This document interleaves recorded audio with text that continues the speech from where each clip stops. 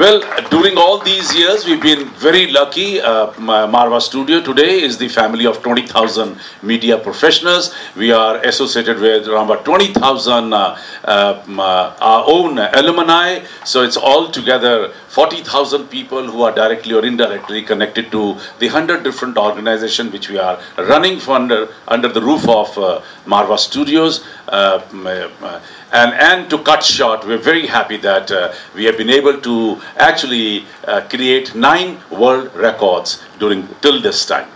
The 7 of them are quite popular. The 8th one is that around 30 years back we gave one term to English dictionary which is called film and culture tourism, and that time nobody could actually understand what I'm talking about. But today every country is talking about film and culture tourism, and to give respect to this word, I must tell you that we have been able to attract more than 30 lakh people, 3 million people we've already been able to attract to Noida Film City. The 7th one, which is very interesting, that almost 66 countries of the world, the government of 66 countries, they have nominated us as their culture representative, and we are working for them day in, day out, hand in hand, and promoting art and culture, Indian culture in their countries and their culture in our own countries.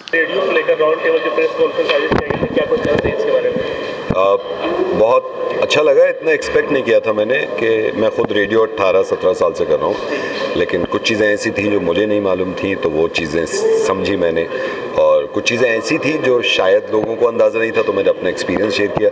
But congratulate to Marwa radio जिन्होंने ये initiate किया और लोगों तक radio की ताकत और radio की खूबसूरती पहुंचाई. तो आई एम सो हैप्पी. आगे 1 घंटा बैठा मैं, अभी अनफॉर्चुनेटली मुझे शूट पे जाना है तो मैं जल्दी निकल रहा हूँ, और भी बहुत सारी बातें हैं जो लोग समझेंगे रेडियो के बारे में. सर, एक लास्ट सवाल, जो नए बच्चे आ रहे हैं मीडिया फील्ड में, उनको क्या कुछ करना चाहेंगे?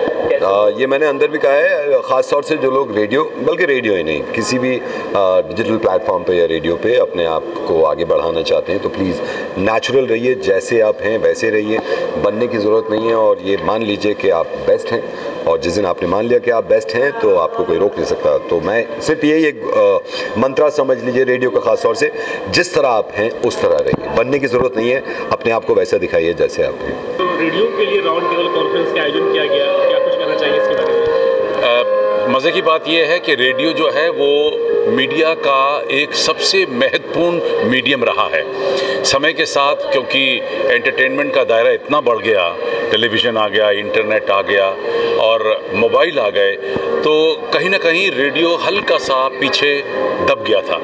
हमारे आदरणीय प्रधानमंत्री जी ने मन की बात जैसा एक कार्यक्रम रेडियो पर लाकर फिर से एक बार रेडियो में एक नई जान पैदा कर दी, और यही वजह है कि आज रेडियो जो है फिर से उछलकर फिर सभी मीडियम्स के आगे आके बैठ गया है. हमें सौभाग्य प्राप्त हुआ है, हम रेडियो नोएडा 107.4 FM पिछले 12 साल से चला रहे हैं, और इन 12 सालों में हमने खुद ये महसूस किया है कि रेडियो एक बहुत महत्वपूर्ण मीडियम है और इसके ज़रिए बहुत सारी बातें कही जा सकती हैं. जब हम लोग कम्युनिटी रेडियो स्टेशन की बात करते हैं तो हमारा ये धर्म बन जाता है कि जितनी भी बातें देश से जुड़ी हैं, लोगों से जुड़ी हैं, उनके भले से जुड़ी हैं, उनके कार्यों से जुड़ी हैं, जहाँ पर जितने भी सरकारी कार्यक्रम देश को उज्जवल और उजागर करने के लिए बनाए जाते हैं, उन सारे कार्यक्रमों को हमें रेडियो के ज़रिए आम जनता तक पहुंचाने का ये सौभाग्य प्राप्त होता है जब आपके पास कम्युनिटी रेडियो स्टेशन होता है. इसी कड़ी में हम लोगों ने पिछले साल रेडियो रायपुर और उसके बाद रेडियो मुंबई शुरू किया, और आज तीनों ही रेडियो स्टेशन जो हैं बड़े खूबसूरत ढंग से चल रहे हैं, जहां एंटरटेनमेंट तो है ही, क्योंकि जो रेडियो है वो सबसे सस्ता माध्यम है आपके एंटरटेनमेंट का, आपका सबसे प्यारा साथी है रेडियो एंटरटेनमेंट का.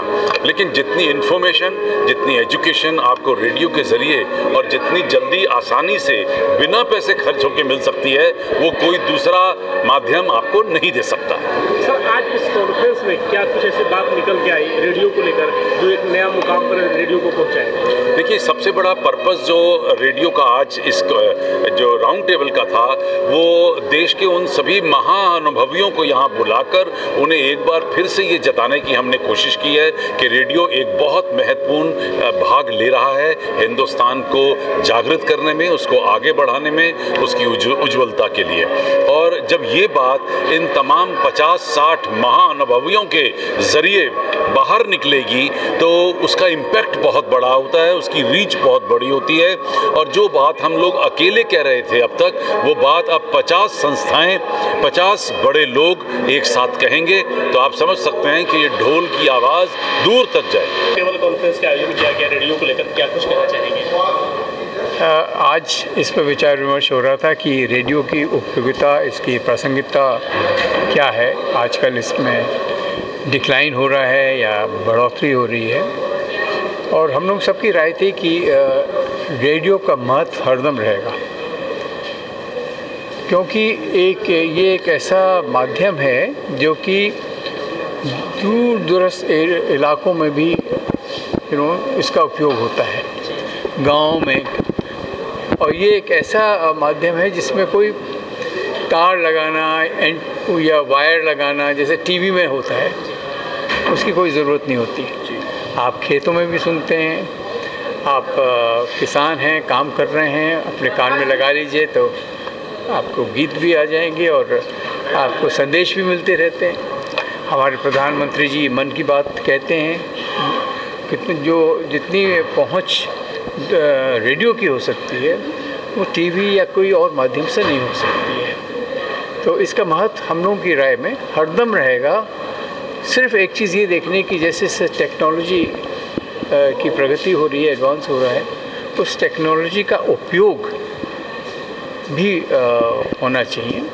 क्योंकि जैसे जैसे दूर इलाकों में हमारे रेडियो हैं, उनकी सर्विसेज हैं, तो उसका जो रेंज है कैसे बढ़ता रहे। अब जैसे कम्युनिटी रेडियो स्टेशंस की बात हुई, इनका ज़्यादा जो क्षेत्र रहता है 12 किलोमीटर रहता है।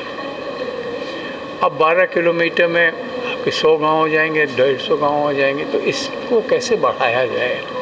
क्योंकि गांव तो हमारे 6.5 लाख के ऊपर हैं पूरे भारतवर्ष में, और रेडियो ही एक ऐसा माध्यम है जो गाँव को लिंक करता है और इंटरैक्टिव है। गांव वाले कुछ बोलते हैं, उसका कोई रिएक्शन होता है, वो आप पर रेडियो पर आ जाता है। टीवी इतना उपयोगी नहीं होता है। देखिए, हमारी तो ज़िंदगी पूरी रेडियो में गुजरी है, तो कितने लोगों को नया जीवन दिया है रक्तदान से, कितने लोगों को जो हमारे ये जो हम इतनी समस्याएं, लाखों चिट्ठियां आती थी मनोवैज्ञानिक समस्याओं की, तो कितने लोगों को हमने उससे उबारा है।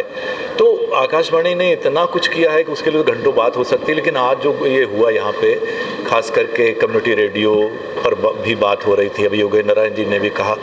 तो देखिए, एक तो राष्ट्रीय स्तर पर ब्रॉडकास्टिंग होती है, फिर क्षेत्रीय स्तर पर ब्रॉडकास्टिंग होती है, फिर शहर के स्तर पर ब्रॉडकास्टिंग होती है, और ये सबसे एक हो गया कि कम्युनिटी रेडियो, जैसे लोकल रेडियो स्टेशन का कंसेप्ट लेके आकाशवाणी बहुत पहले आए, जब कम्युनिटी रेडियो शुरू भी नहीं हुआ था। यानी एक छोटी सी जगह है, जैसे कठुआ है तो वहाँ डोगरी कल्चर है, तो एक लोकल स्टेशन हो गया, बरेली है, इस तरह का। तो कम्युनिटी रेडियो की दुर्भाग्य से भारत में कई हजार कम्युनिटी रेडियो होना चाहिए। भारत इतना विशाल है, क्योंकि उसका कंसेप्ट ये है कि क्योंकि जैसे होता है ना, जगह जगह भाषा बदल जाती है, कल्चर बदल जाती है, तो उसका दायरा ही वही है कि बहुत सारे हजारों, इतना बड़ा मुल्क है, कई हजार कम्युनिटी रेडियो यहाँ पे होने चाहिए। The conference of today was really insightful and informative as far as the rising importance of radio is concerned, and we had eminent speakers from all sectors of life, and the session was really informative, and all the speakers basically highlighted the importance of the radio. It was generally agreed that radio is still an important channel of communication. despite the rise of internet and social media. And the other important point that was made is that radio has been very much useful. को लेकर आज Marwar studio में round table conference का आयोजन किया गया, क्या कुछ करना चाहेंगे इसके बारे में, रेडियो के बारे में? देखिए, रेडियो के बारे में जो आज राउंड टेबल कॉन्फ्रेंस में हमें अभाव हुआ उसका जो हमको पता चला, वो ये हमें पता चला कि रेडियो किस तरीके से एक कॉमन मैन, एक आम आदमी की ज़िंदगी में क्या रोल प्ले करता है और किस तरीके से भारत की प्रगति के लिए हर एक फील्ड में क्या योगदान दे सकता है, देता आया है, दे रहा है और देता रहेगा। ये पता आज हमें पता चला कि रेडियो कितना महत्वपूर्ण है और मारवा स्टूडियो के संदीप मारवा साहब का ये योगदान जो है, ये भारत के लिए, भारत की बाकी संस्थाओं के लिए और हमारे समाज के लिए बहुत ही एक उम्दा चीज़ हमने आज देखी और हमको इसका जो एक्सपीरियंस हुआ ये अपने आप में बड़ा यूनिक है। कॉन्फ्रेंस का आयोजन किया गया, क्या कुछ कहना चाहेंगे इसके बारे में? देखिए, मैं मेजर जनरल राजन कोचर हूँ। मैं फ़ौज में 37 साल नौकरी करी है और मुझे इस फंक्शन में बुलाया गया बेसिकली रेडियो का जो महत्व है हम उसको और कैसे बेहतर कर सकते हैं, तो इसके ऊपर मंथन हुआ है। आज काफ़ी एक्सपर्ट्स जो रेडियो के फील्ड में थे और हमारा भी रिटायर होने के बाद मैं भी मीडिया के साथ जुड़ा हुआ हूँ एक डिफेंस एनालिस्ट की तरह, और जो मैं यूथ को मेंटर करता हूँ, तो रेडियो एक बहुत ही इम्पोर्टेंट मीडियम है यूथ तक जाने के लिए। हमारा जो देश है 65% जो हमारी पॉपुलेशन है वो 35 साल से कम उम्र की, तो रेडियो एक ऐसा माध्यम बनता है जिससे हम अपने यूथ को एक सही दिशा दिखा सकें। जो राउंड टेबल आयोजन किया गया था कॉन्फ्रेंस, इसका उद्देश्य क्या था? देखिए, जैसा कि मैंने कॉन्फ्रेंस में भी कहा है कि अक्टूबर 2009 में हमारा रेडियो स्टेशन शुरू हुआ था और आज लगभग 12 साल से ऊपर हमारा रेडियो स्टेशन को हो गया है। तो कांस्टेंट एक चीज़ बात होती है रेडियो स्टेशन की कंसिस्टेंसी। हम लोगों ने बहुत मेहनत की, ऊपर समय देखा, नीचे समय देखा, लेकिन रेडियो स्टेशन को हम लोगों ने बहुत ही कमाल तरीके से चलाया और जो हम करना चाहते थे, जिस तरह के कार्यक्रमों को बनाना चाहते थे, वो हमने बनाए। तो एक ये बहुत बड़ी बात थी और जिसको मद्देनज़र रखते हुए इंफॉर्मेशन एंड ब्रॉडकास्टिंग मिनिस्ट्री ने पूरे देश भर से जो 350 से ज़्यादा जो कम्युनिटी रेडियो स्टेशन हैं उनमें से आउट ऑफ 350 उन्होंने 24 रेडियो स्टेशन को चुना है जिनको लीड रेडियो स्टेशन का नाम दिया गया है, क्योंकि आप ये समझिए कि पूरे देश के अंदर बहुत अभी विकास की गुंजाइश है और भारत सरकार ये चाहती है कि 1000 रेडियो स्टेशन जो है पूरे देश के अंदर हों, कम्युनिटी रेडियो स्टेशन। मारवा जी ने जो राउंड टेबल कॉन्फ्रेंस का आयोजन किया, क्या कुछ करना चाहिए इसके बारे में? देखिए, रेडियो आज की ज़रूरत बन गई है और रेडियो का जिस तरह से प्रचार प्रसार हो रहा है अपने आप में क्रांतिकारी कदम है भारत में, विदेशों में भी। लेकिन भारत में जिस तरह से रेडियो का अभी 2019 के डाटा के हिसाब 386 रेडियो स्टेशन है, लेकिन आज की तारीख में 400 से ज़्यादा रेडियो स्टेशन हो गए हैं। भारत सरकार की योजना है 1000 से ज़्यादा radio station with community radio हो। उसमें जो भी आज जो ये मंथन हुआ यहाँ पे रेडियो यूनिवर्सिटी बनाने की बात हुई, बहुत ही एक सकारात्मक कदम था। डॉक्टर संदीप मारवा का मैं आभारी हूँ। नमस्कार, मैं शिवानी शर्मा सिंह। मैं आज रेडियो राउंड टेबल कॉन्फ्रेंस में मावा स्टूडियोज़ में आई हुई हूँ। यहाँ पर बहुत ही इंटरेस्टिंग स्पीकर्स आए हुए हैं और यहाँ पर रेडियो में हम किस तरह से बदलाव लेकर आ सकते हैं और क्या बेस है रेडियो का, इसके बारे में बहुत नए फैक्ट्स और इन्फॉर्मेशन मिली है। ऋतु भगत हूँ, मैं एजुकेशन और मीडिया में हूँ और आज आके बहुत ही अच्छा लगा। आज हमारा रेडियो के ऊपर चर्चा थी और अल्टीमेटली हम सबको मालूम है कि रेडियो ऑल इंडिया, अगर आज फेक न्यूज़ के टाइम पे ऑल इंडिया रेडियो से ज़्यादा ऑथेंटिक कोई न्यूज़ नहीं हो सकती। और हमें ये भी मालूम है कि वोकैबुलरी और प्रोनाउंसिएशन के लिए ऑल इंडिया रेडियो सबसे बेस्ट है। और संदीप मारवा जी जो रेडियो के विषय में कर रहे हैं वो तो बिल्कुल एग्जाम्पलरी है।